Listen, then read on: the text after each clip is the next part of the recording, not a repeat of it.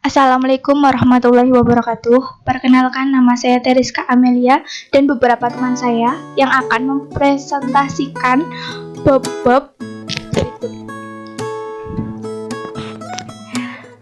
Dan di sini saya akan menjelaskan tentang pengertian routing dan router.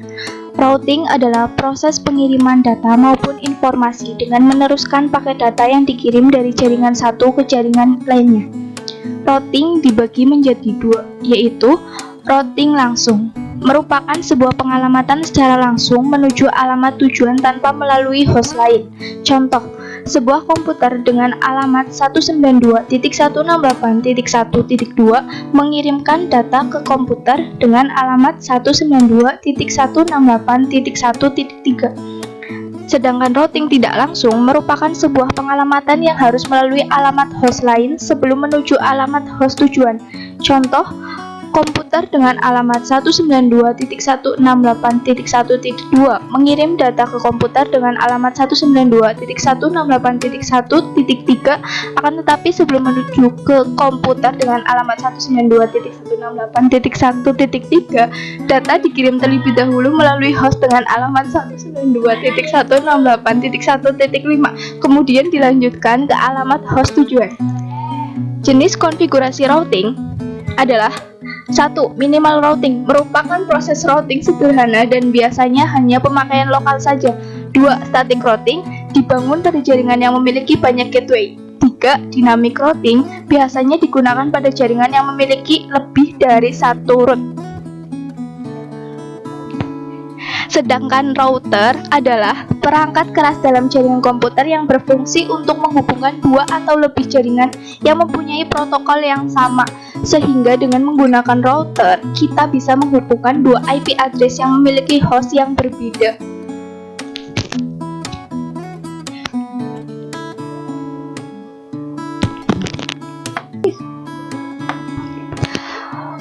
Untuk keterangan di bawah, bisa kalian baca dan pahami sendiri.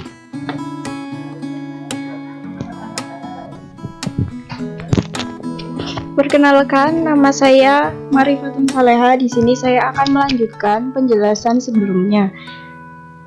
Fungsi router. Beberapa fungsi router dalam jaringan diantaranya adalah router berfungsi dapat menghubungkan dengan jaringan melalui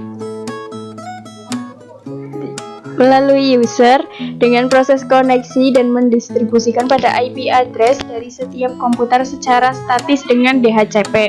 Kedua, untuk melakukan mentransmisikan beberapa informasi dengan jaringan lain melalui sistem kerjanya.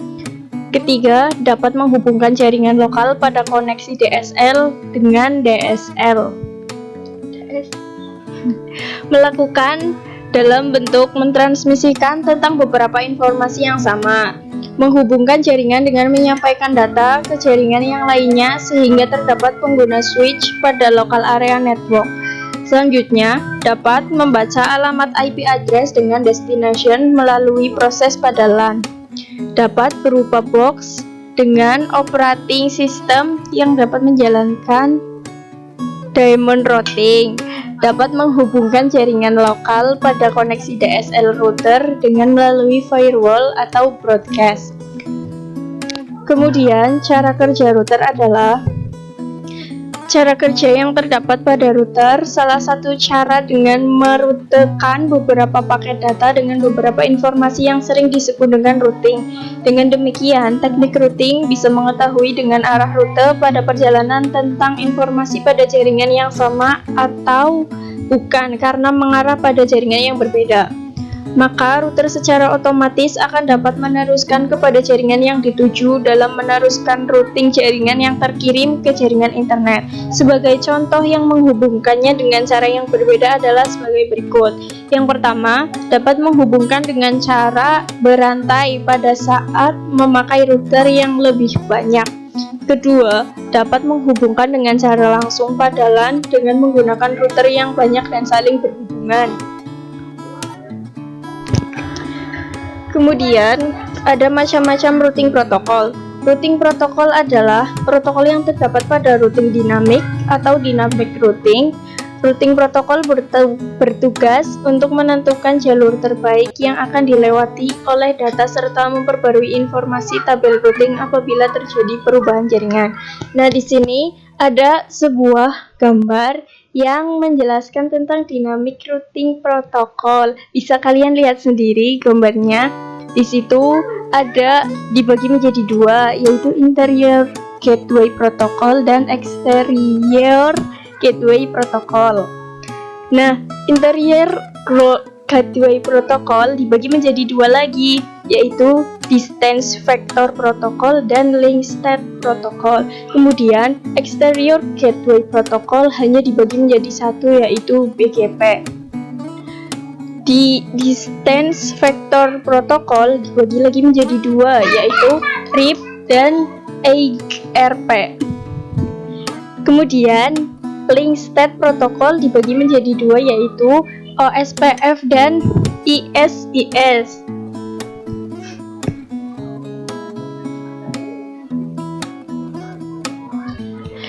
Nah, di sini ada interior gateway protocol atau biasa disebut dengan IGP, adalah routing protokol yang digunakan pada jaringan yang terletak pada satu AS atau autonomous system yang sama. Kemudian exterior gateway protocol. Jika IGP digunakan untuk menghubungkan router-router yang terletak dalam satu AS yang sama, maka EGP merupakan kebalikannya, yakni routing protokol yang digunakan untuk menghubungkan jaringan atau routing antar autonomous system. Contoh distance vector adalah RIP dan EIGRP. Sementara link state adalah jenis routing protokol yang melakukan pemilihan jalur berdasarkan kondisi link. Contoh link state protokol adalah OSPF dan ISIS. Default router. Default router adalah jalur default untuk paket yang mempunyai alamat network tujuan tertentu, tetapi tidak dapat di routing table router yang disinggahi. Jika terdapat default route yang diset pada router tersebut, maka paket tersebut akan mengikuti route default yang telah diterapkan. Kemudian di sini ada kelebihan dan kekurangan default router.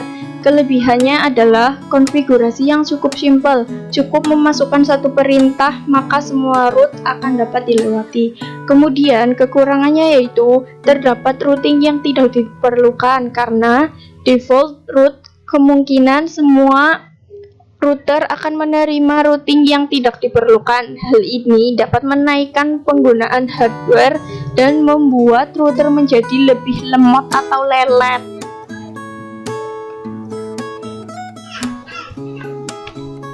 Oke, perkenalkan, nama saya Muhammad Arifati. Di sini saya akan menjelaskan tentang perbedaan switch dan bridge. Untuk menghubungkan beberapa port Ethernet dibutuhkan hardware khusus, yakni switch chip yang ditanam di router port. Sebuah router port bisa difungsikan sebagai switch bila di dalam router tersebut sudah terpasang switch chip. Switch chip mampu melakukan forwarding frame Ethernet secara full to black dan independen tanpa membebani prosesor di router.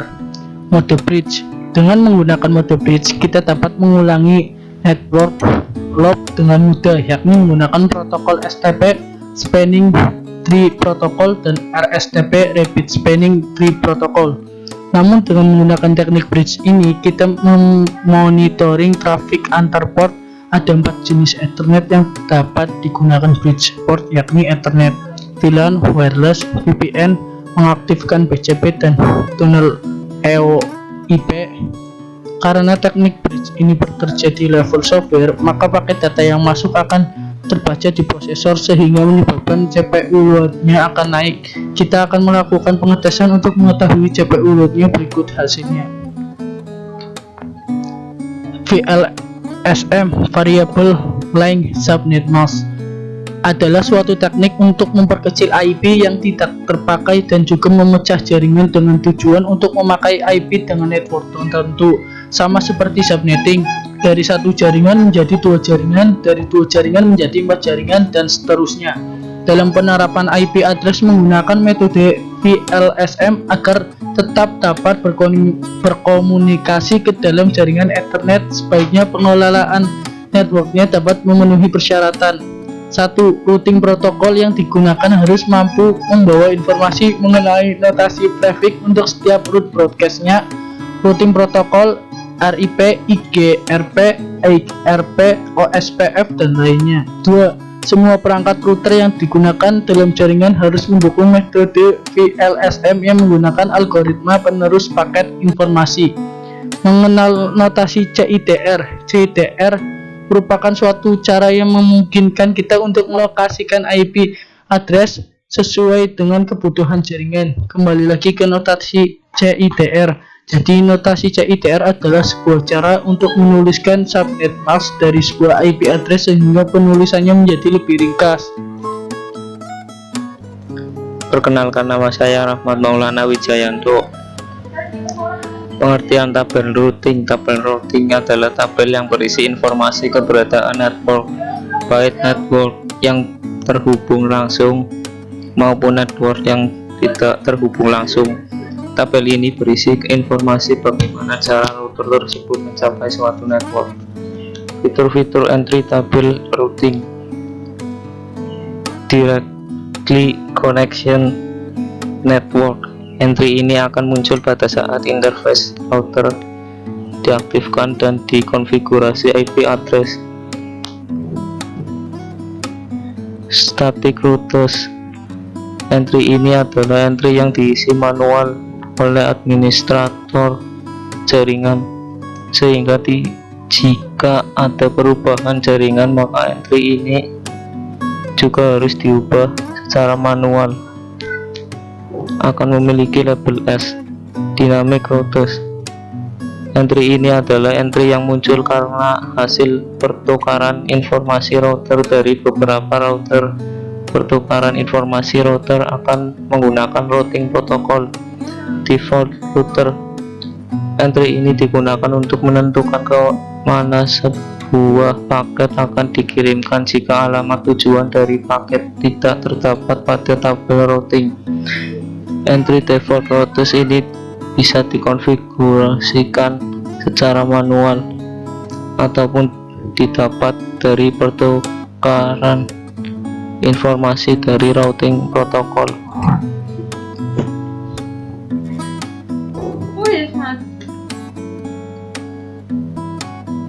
Protokol routing link state lebih mirip sebuah peta jalan karena mereka membuat sebuah peta topologi dari sebuah jaringan dan setiap router menggunakan peta ini untuk menentukan jalur terpendek ke setiap jaringan.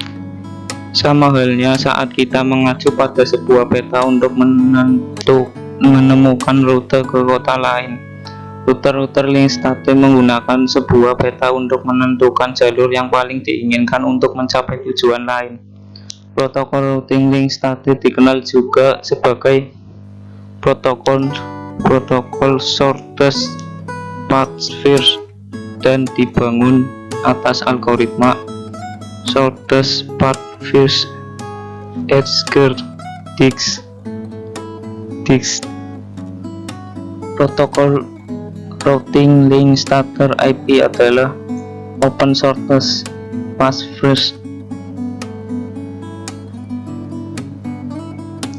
Pengertian classful, classless, CIDR, VLSM, dan NAT. Classful secara sederhana dapat diartikan dengan kelas dan menggunakan kelas jika dikaitkan dengan pengalamatan IP. Pengalaman IP classful dapat diartikan menjadi pengalamatan IP berdasarkan kelas.